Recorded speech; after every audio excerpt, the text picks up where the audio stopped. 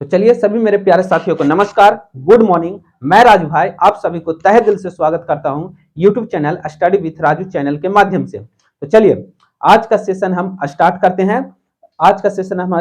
हैं। कल हम आपको क्या बताए थे, इसके पिछले क्लास में हम आपको बताए थे यूनिट एंड डायमेंशन बताए थे, जिसका की थ्योरी हम कल इसके पिछले क्लास में बता दिए थे। आज हम आपको बताएंगे क्या, इससे यूनिट एंड डायमेंशन से जो कि PYQ, जो कि प्रीवियस ईयर का सवाल बहुत सारे पूछे गए हैं, जैसे RPF, ALP, NTPC और न जाने कितने भी, जैसे कि जितना भी वनडे एग्जाम होता है उसमें जितना भी सवाल इससे यूनिट एंड डायमेंशन से बनता है उसका आज हम PYQ को करवाते हैं। तो चलिए आपसे हम ज्यादा समय न लेते हुए अपने टॉपिक की ओर आते हैं। तो चलिए इसमें जो कल हम बताए थे उसमें कुछ जो थ्योरी था वो छूट गया था। तो चलिए इसको हम स्टार्ट करते हैं। तो इसमें जो छूटा था क्या हमारा समतल कोण यानी कि प्लेन एंगल। तो समतल कोण प्लेन एंगल क्या कहता है मेरे भाई? समतल कोण प्लेन एंगल कहता है क्या कि दो रेखाओं या दो समतल के बीच का कोण होता है। क्या बोले कि दो रेखाओं, क्या बोल रहे हैं ध्यान से सुनिएगा, कि दो रेखाओं या दो समतल के बीच का कोण होता है, उसी को क्या कहते हैं? प्लेन एंगल कहते हैं, समतल कोण कहते हैं। जैसे देखिए एक मेरा ये प्लेन होगी, जैसे ये मेरा हथेली है तो एक मेरा प्लेन ए हो गया और एक मेरा प्लेन ये हो गया। तो ये दोनों के बीच में जो कोण बनेगा ना, इसी को कहते हैं प्लेन एंगल। जैसे कि ये हमारा समतल, देखिए एक हमारा ये समतल हुआ और एक हमारा ये समतल हुआ ऐसे, तो यहाँ पे जो बीच में कोण बनेगा इसी को कहते हैं क्या?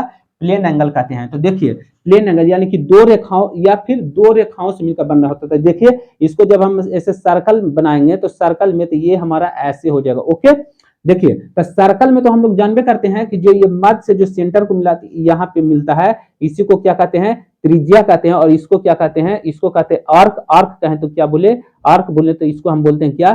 चाप। ठीक, तो अगर समतल कोण, ये बहुत सारे इससे हमारा सवाल आता है कि समतल कोण, तो समतल कोण बराबर जो हमारा फार्मूला हो जाएगा, प्लेन एंगल बराबर जो हमारा फार्मूला हो जाएगा, समतल कोण बराबर जो हमारा फार्मूला हो जाएगा, क्या हो जाएगा?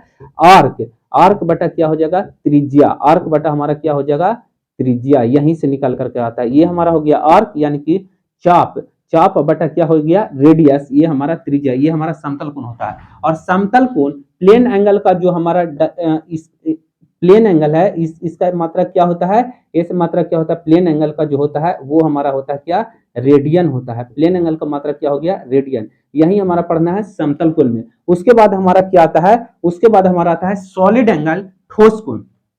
तो देखिए आजकल जो नयका जमाना चला है, तो नयका जमाना में देखते हैं ना कि लोग क्या देता है अपनी गर्लफ्रेंड को? कोन वाला आइसक्रीम। कौन वाला आइसक्रीम देना है? कोन वाला आइसक्रीम। ठोस कोण को याद करने के लिए अपनी गर्लफ्रेंड को क्या देता है? कोन वाला आइसक्रीम। तो इससे भैया कोन वाला आइसक्रीम बनाइए ना। तो देखिए कोना वाला आइसक्रीम बना दिए, जो नयका चला है कोन वाला आइसक्रीम, तो कोन वाला आइसक्रीम बना दिए। और ये देखिए आइसक्रीम में ऊपर से क्या भरा हुआ रहता है? मक्खन यानी क्रीम। क्रीम जो हमारा रहता है, आइसक्रीम जो रहता है सॉलिड फॉर्म में, इसको बनाते हैं। और जब इसको भी ऐसे करके घुमाएंगे तो ये भी हमारा क्या इसमें चला जाएगा? सर्कल में। तो इसमें देखिए ये हमारा हो गया रेडियस, ये हमारा हो गया क्या? रेडियस। और ये और यहाँ से जो बनाएगा इसी कोण को, यही जो कोण बनाएगा इसी कोण को हम लोग क्या कहते हैं? सॉलिड एंगल कहते हैं। तो सॉलिड एंगल, तो देखिए सॉलिड एंगल का जो यहाँ से फार्मूला निकलेगा, क्या निकल करके हमारा आएगा? सॉलिड एंगल बराबर फार्मूला निकलेगा, ये जो क्रीम हुआ ये पूरा भरा हुआ, तो ये क्रीम का क्षेत्रफल, ये क्रीम का क्षेत्रफल का है तो क्या? एरिया। एरिया अब बटा में क्या? Are square. दो आर है इसलिए दो आर है तो दो आर स्क्वायर, यानी कि सॉलिड एंगल का जो हमारा फार्मूला हो गया एरिया बटा आर स्क्वायर। Okay sorry. इसके बाद कहता है इसके बाद कहता है कि जो सॉलिड एंगल है, ठोस एंगल, ठोस एंगल का जो मात्रक होता है क्या होता है? ऑस्ट्रेडियन होता है।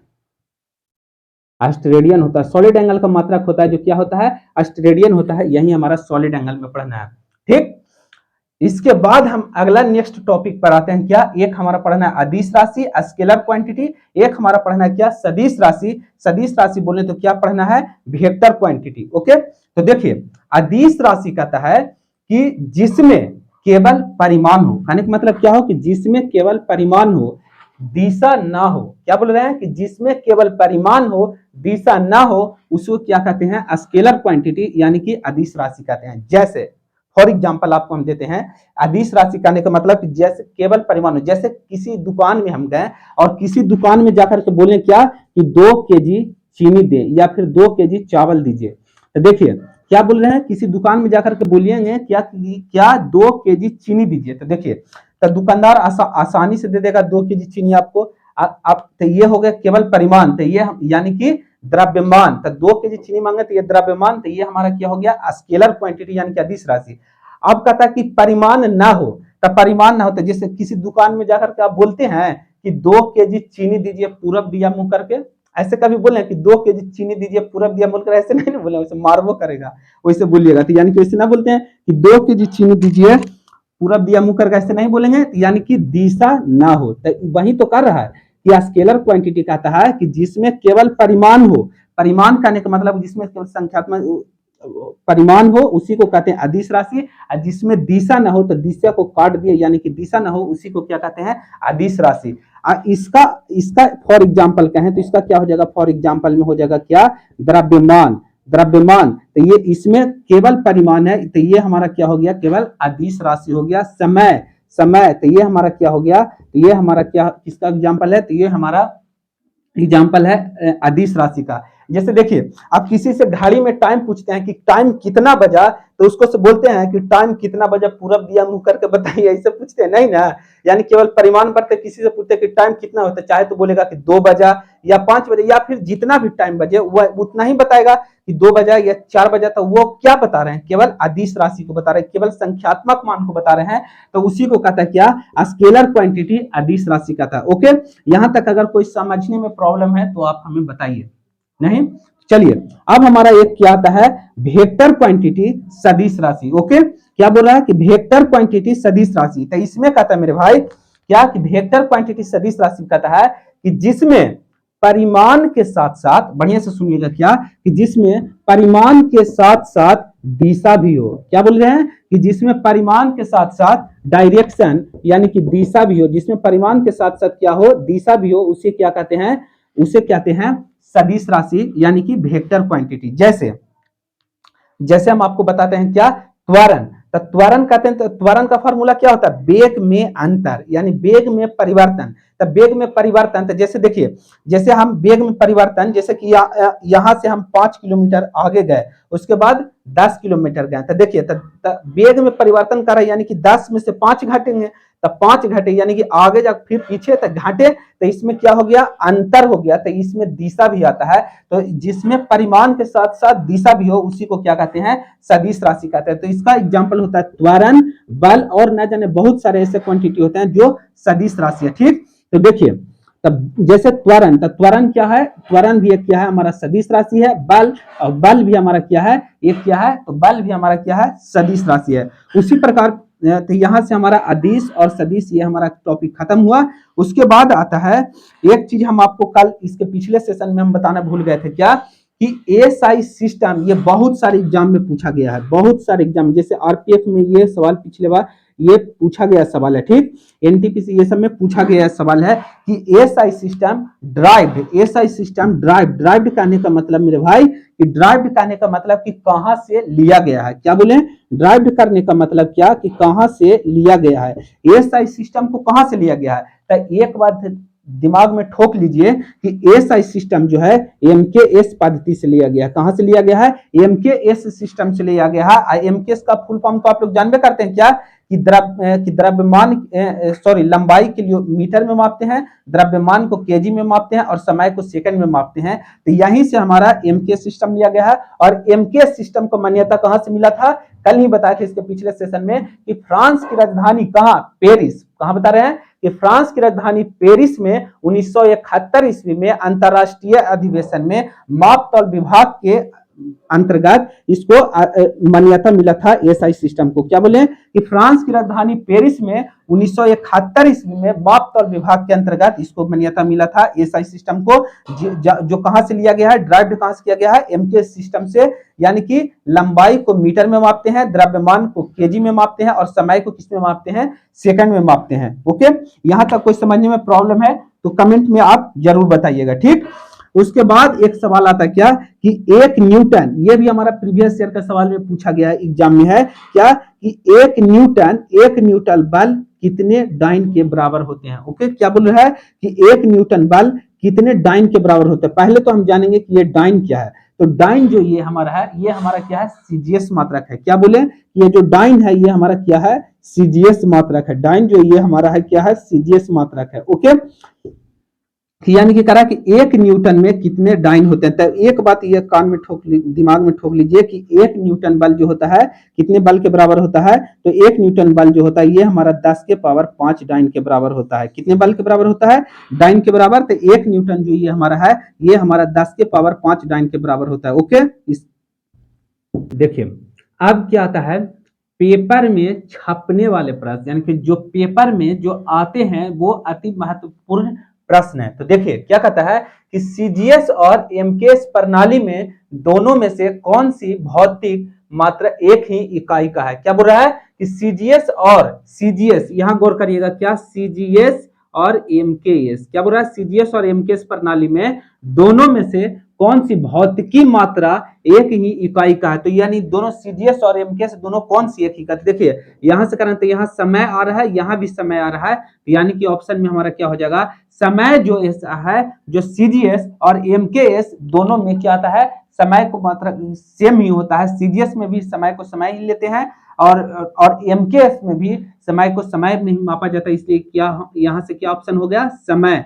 समय है जो सीजीएस और एमकेएस में दोनों में सेम ही मापते हैं। उसी तरह फिर कहता है कि निम्नलिखित में से कौन सी राशि सदिश है। क्या बोल रहा है कि निम्नलिखित में से कौन सी राशि सदिश है। सदिश है तो सदिश कहने का मतलब भैया क्या कि जिसमें परिमाण, क्या बोल रहे हैं कि जिसमें परिमाण के साथ साथ क्या हो, दिशा भी हो। जिसमें परिमाण के साथ साथ क्या हो, दिशा भी हो, उसे क्या कहते हैं, सदिश कहते हैं। और जिसमें केवल परिमाण हो और दिशा ना हो उसी को कहते हैं अदिश। तो यहाँ पूछ रहा है कि निम्नलिखित में से कौन सी राशि सदिश है, यानी वेक्टर क्वांटिटी कौन है जो सदिश है। तो देखिए तापमान में कोई दिशा है नहीं ना, जैसे कि 5 डिग्री सेल्सियस, तो उसमें कोई दिशा है नहीं है। तो ये तापमान में कोई दिशा नहीं है। उसी तरह का था क्या, द्रव्यमान, तो द्रव्यमान में भी कोई दिशा है भैया, तो द्रव्यमान में भी कोई दिशा नहीं है जी। तो यानी कि द्रव्यमान भी है जो ये हमारा क्या है, अदिश राशि है। उसी तरह क्या कहता है, वेग, तब वेग का फार्मूला क्या होता है, विस्थापन बटा समय। वेग बराबर क्या फार्मूला होता है, विस्थापन बटा समय। तो ये वेग जो हमारा है ये क्या है, ये हमारा सदिश राशि है। उसी तरह कहता है क्या, चाल, तो चाल बराबर क्या हमारा फार्मूला होता है, दूरी बटा समय। तो दूरी भी जो है हमारा अदिश राशि है और समय भी अदिश राशि है, इसलिए चाल भी हमारा अदिश राशि हो गया। तो ये ऑप्शन गलत, ये ऑप्शन गलत, ये ऑप्शन गलत, तब बच गया कौन, वेग। तब वेग हमारा जो है क्या है, सदिश राशि है। उसी प्रकार कहता है निम्नलिखित में से कौन सा घनत्व का आयामी सूत्र है। कहने का मतलब कि निम्नलिखित में से कौन घनत्व का विमीय सूत्र है। तब विमीय सूत्र क्या बोले थे कि जिसका विमीय सूत्र बोले थे, विमीय सूत्र ब्रैकेट में लिखेंगे और किसका फॉर्म में रहेगा, MLT के फॉर्म में रहेगा। यानी कि विमीय सूत्र घनत्व का फार्मूला हमारा क्या होता है, घनत्व। तो घनत्व बराबर एक फार्मूला क्या होता है, घनत्व बराबर क्या होता है, द्रव्यमान बटा में क्या बोले थे, आयतन। ओके, द्रव्यमान बटा में क्या बोले थे, आयतन। तो देखिए द्रव्यमान का हमारा फार्मूला क्या, विमीय सूत्र क्या होता है, एम होता है, और आयतन का विमीय सूत्र हमारा क्या होता है, LQ।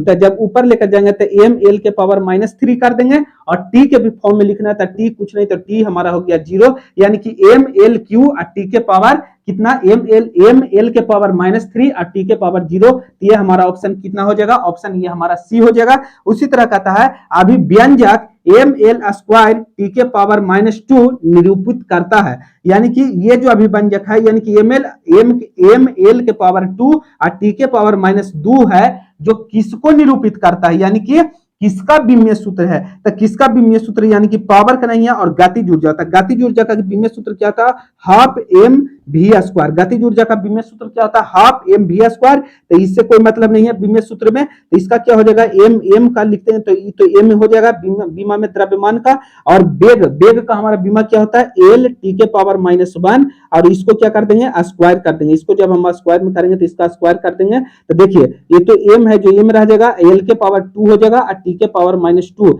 यानी कि किसका है, तो ये हमारा गतिज ऊर्जा का है, ML के पावर 2 और T के पावर -2। तो ये अभिव्यंजक व्यंजक ml के पावर 2 t के पावर -2 जो है ये गतिज ऊर्जा का ये हमारा क्या है, विमीय सूत्र है। तो यही हमारा, तो चलिए इसे हम फिर अगला क्वेश्चन लेकर के आते हैं।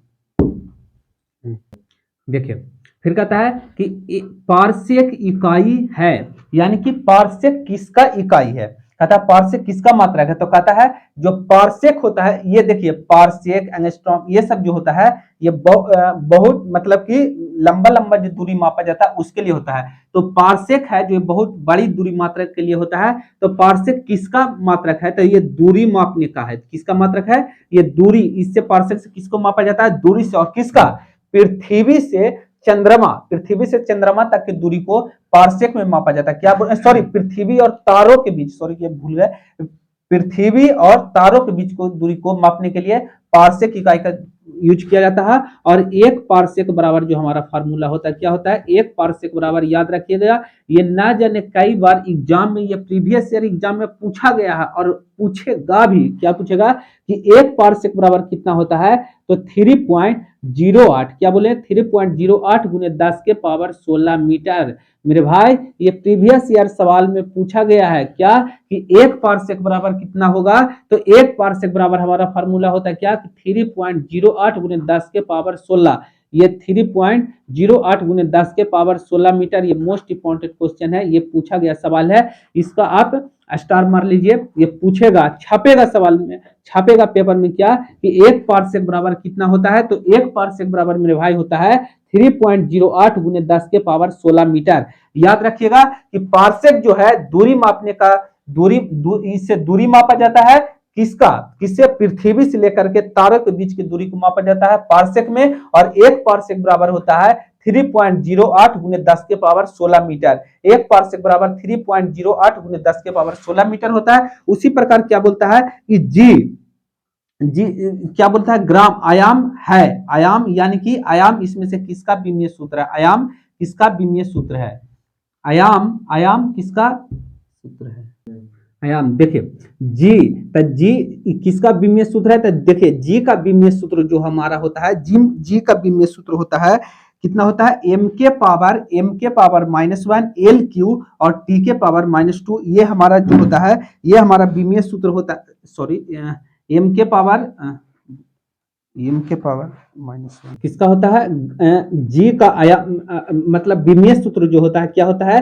m के पावर -1 l के पावर 3 और t के पावर -2 होता है। जैसे देखिए आयाम यानी g का फार्मूला जो हमारा होता है क्या होता है, force into r square divided by m1 into m2। कहने का मतलब क्या कि g बराबर जो होता है, इसका फार्मूला याद रखिएगा क्या होता है, फोर्स इंटू आर स्क्वायर, क्या बोल रहे हैं, force into r square divided by m1 into r2। तो ये फोर्स का जो हमारा विमीय सूत्र होता है वो क्या होता है, ml t के पावर कितना होता है, ml t के पावर -2 होता है, -2 होता है। और लेंथ के लिए हम लोग क्या करते हैं, एल का 2 है तो एल के पावर 2 कर देंगे। और ये है क्या हमारा, इसमें क्या है, ये हमारा है जो द्रव्यमान, तो द्रव्यमान करेंगे तो सीधे m स्क्वायर कर देंगे। यहाँ ये वाला द्रव्यमान ऊपर जाकर के घटेगा, एक घटेगा तो कितना हो जाएगा, देखिए हमारा, तो m के पावर -1 हो जाएगा। एल देखिए ये एक एल है और ये एल स्क्वायर है, तो एल और एल तक करेंगे तो कितना हो जाएगा, एल स्क्वायर, एल के पावर कितना हो जाएगा, एल के पावर क्यू हो जाएगा। और टी के पावर -2, तो टी के पावर -2। तो देखिए ये जी का विमीय सूत्र कितना हो गया, m के पावर कितना, m के पावर -1 l के पावर q, l के पावर 3 और t के पावर -2, तो t के पावर -2 ये हमारा g का विमीय सूत्र हो गया। उसी प्रकार कहता है फिर नेक्स्ट क्वेश्चन कि निम्न में से कौन मूलभूत राशि है। तो भैया मेरे भाई मेरे क्या बताया कि निम्न में से कौन मूलभूत राशि है। तो मेरे भाई क्या बताए थे कल, मूलभूत राशि फंडामेंटल क्वांटिटी कितने बताए थे, 7 बताए थे। कौन कौन, लंबाई, द्रव्यमान, समय, तापमान, विद्युत धारा, ज्योति तीव्रता और पदार्थ की मात्रा। तो देखिए इसमें कौन मूलभूत राशि है। तो देखिए ज्योतीय तीव्रता, अरे भैया त्वरण है, त्वरण नहीं बताए थे, वेग भी नहीं बताए थे, घनत्व भी नहीं बताए थे, यानी कि ज्योति तीव्रता बताए थे। यानी कि ज्योति तीव्रता जो है क्या है, मूलभूत राशि है। उसी प्रकार कहता है कि एक पिको बराबर हमारा कितना फार्मूला होता है, एक पिको बराबर जो हमारा फार्मूला होता है, 10 के पावर -12 मीटर होता है। याद रखिएगा दिमाग में, ये छापने वाला एग्जाम में पूछा गया सवाल है क्या कि एक पिको किसके बराबर होता है। तो एक पिको बराबर फार्मूला होता है मेरे भाई क्या कि एक पिको बराबर 10 के पावर -12 मीटर होता है। उसी पर एक पिको बराबर हमारा होता है 10 के पावर -12 मीटर। उसी प्रकार रहेगा क्या कि एक एंगस्ट्रॉम, क्या बोले कि एक एंगस्ट्रॉम बराबर क्या होता है, एक एंगस्ट्रॉम बराबर जो होता है ये हमारा होता है 10 के पावर -10 मीटर। एक एंगस्ट्रॉम बराबर कितना होता है 10 के पावर -10 मीटर। और एक फेर्मी बराबर कितना होता है 10 के पावर -15 मीटर, 10 के पावर -15 मीटर। और एक नैनो बराबर जो हमारा कितना होता है, एक नैनो बराबर जो होता है 10 के पावर -9 मीटर होता है। ये चार फार्मूला याद रखिएगा क्या कि एक पिको बराबर 10 के पावर -12 मीटर, कितना बोल रहे हैं कि एक पिको बराबर 10 के पावर -12 मीटर। और एक एंगस्ट्रॉन बराबर 10 के पावर -10 मीटर। और एक फेर्मी बराबर 10 के पावर -15 मीटर। और एक नैनो बराबर 10 के पावर -9 मीटर होता है। चलिए इसके नेक्स्ट क्वेश्चन लेकर चलते हैं।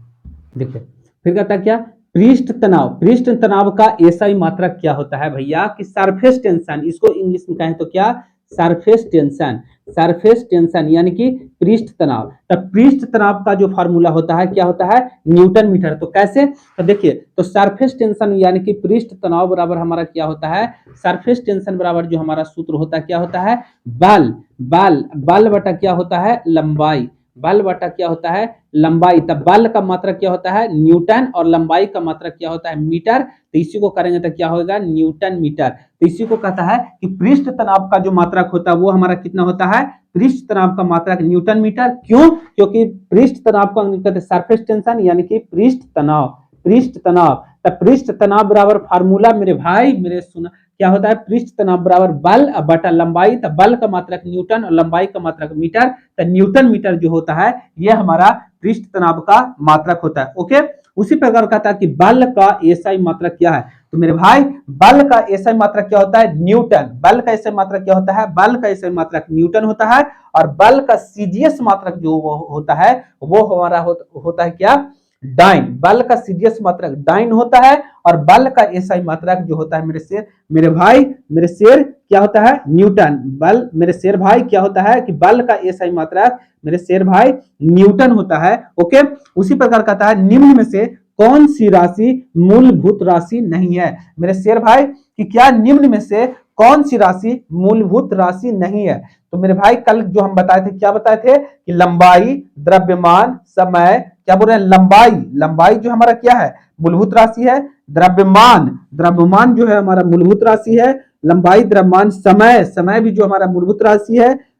विद्युत धारा भी जो है हमारा क्या है, मूलभूत राशि है। पदार्थ की मात्रा भी जो है हमारा क्या है, मूलभूत राशि है। यानी कि आयतन जो है ये हमारा मूलभूत राशि नहीं है। तो ये हमारा पूछ रहा है क्या कि मूलभूत राशि नहीं है। तो ये हमारा होता है आयतन जो हमारा मूलभूत राशि नहीं है। तो चलिए ये हमारा यूनिट एंड डायमेंशन का जो क्वेश्चन जो यहाँ से बनते थे ये हम आपको क्वेश्चन बनाए। और कुछ ऐसा भी इसमें सवाल था जो कि प्रीवियस ईयर सवाल में पूछा गया था।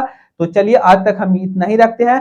अगले सेशन नेक्स्ट सेशन में इससे भी मजेदार टॉपिक लेकर के हम आएंगे क्या, साउंड एंड वेव। क्या बोल रहे हैं कि साउंड एंड वेव, इससे भी मजेदार टॉपिक लेकर के आएंगे। तो उसको देखना न भूलिएगा। तब तक के लिए इंतजार कीजिए। आज तक के लिए यही, थैंक यू।